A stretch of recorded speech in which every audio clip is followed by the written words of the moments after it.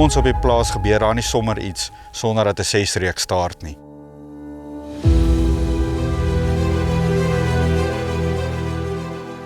Die ou 140 reeks is die ou staatmaker wat die toets van tyd nou al deurstaan het. Dit is 'n betroubare trekker met uitsonderlike waarde wat hy hou. Dit is 'n trekker wat jy op enige plek kan gebruik, van die klein werkies tot die groot werkies.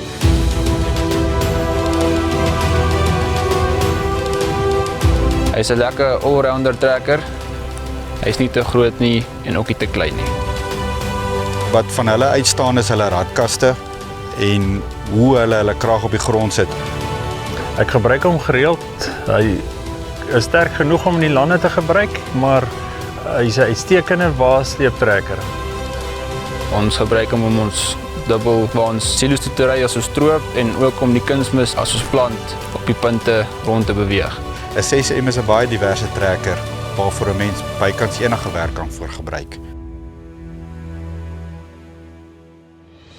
Die 6-reekse is 'n trekker wat lankal bewys is om te kan hou op die plaas. Dit is nie snaaks om meer as 6 reeks te sien wat 15,000 plus ure het wat nog steeds werk nie.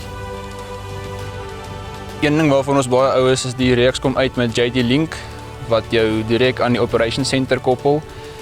Wat beteken jy kan met alle tye sien waar die trekker is, wat hy doen, dieselverbruik, die ure wat hy gewerk het en die ure wat hy gestaan het, alles tot die bereik van jou foon.